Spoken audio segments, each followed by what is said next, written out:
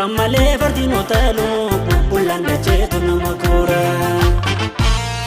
Yaabbadhu dama farda salaalee jedhi gurbaame farda boora. Tuttuqammalee fardino talu bulan dacheetu nama koora.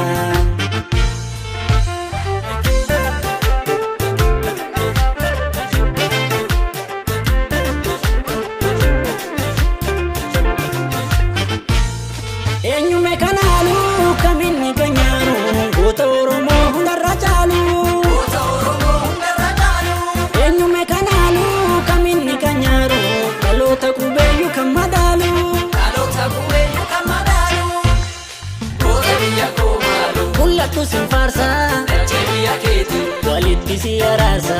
olbayi tullura, Dhageessa sagalee koo, nektara konjira, naa birmadhu qomoo koo. nektara konjira, Naa birmadhu qomoo koo, nektara konjira, naa birmadhu qomoo koo.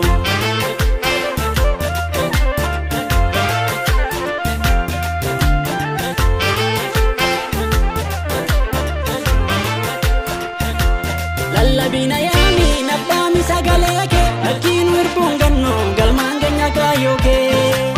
Yoo tolin tola dachee biyya kee yaachana bitaan qabadhu eebommoo mirgaan qabsoo qabsiisiitu gaadhu.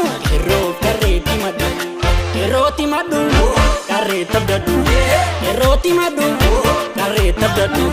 Tole tole tole tole tole tole tole kooraan fardatti tole. Kooraan fardatti tole si agarraan akka maraachana go si agarraan akka maraachana go akka maraachana godhe.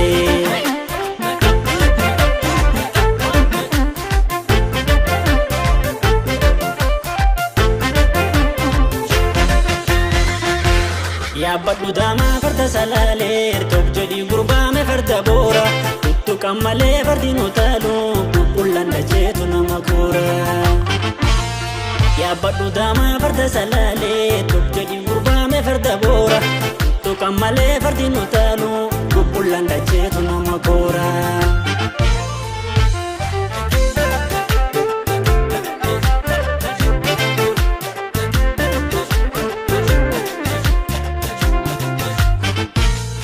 Eenyume kanaalu kaminni kanyaaru goota Oromoo hundarra caalu.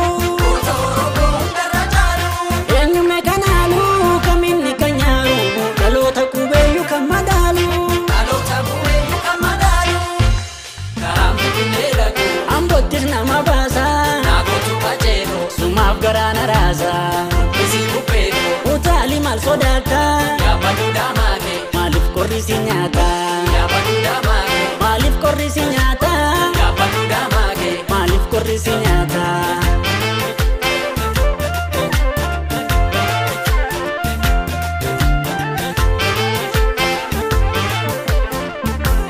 Lallabina yaami nabbaami sagalee kee akkiin wirbuun gannu galmaan keenya kaayyoo kee.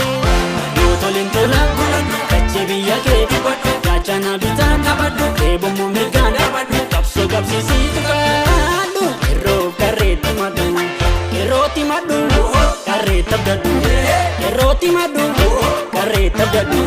Tole tole tole tole tole tole tole tole